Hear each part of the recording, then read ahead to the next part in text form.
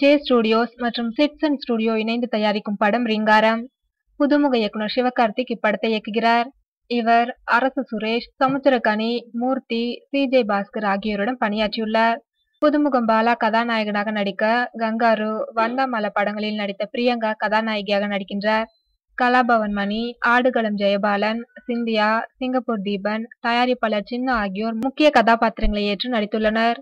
ரீங்காரம் படம் பற்றி இயக்குனர் சிவகார்த்திக் கூறுகையில், ஒவ்வொரு மனிதனை சுற்றியும் ஒரு ரீங்காரம் இருக்கும். அவர்களின் எண்ண அலைகளை தான் ரீங்காரம் என்கின்றோம்.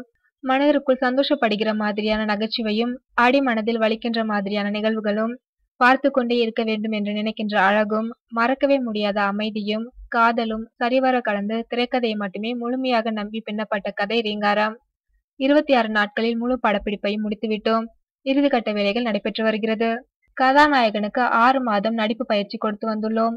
படம் முழுவதுமே வசனம் குறைவு, உடல் மொழிதான் அதிகம். அதற்காகவே அவரை தயார் செய்ய 6 மாதம் ஆகிவிட்டது. லெக்கின்ஸ் காலத்தில் கவர்ச்சியே இல்லாமல் படம் செய்வது மிகப்பெரிய சவால். ஆனால் நாங்கள் சென்சாருக்கு வேலையே இல்லாமல் அப்படி ஒரு படம் பண்ணியிருக்கோம் என்கின்றதே மிகப்பெரிய சந்தோஷமாக உள்ளது. ரீங்காரம் வெற்றிக்கான அங்கீகாரமாக மக்கள் ரசிப்பார்கள் என நம்புகிறேன் என்கிறார் சிவகார்த்திக்.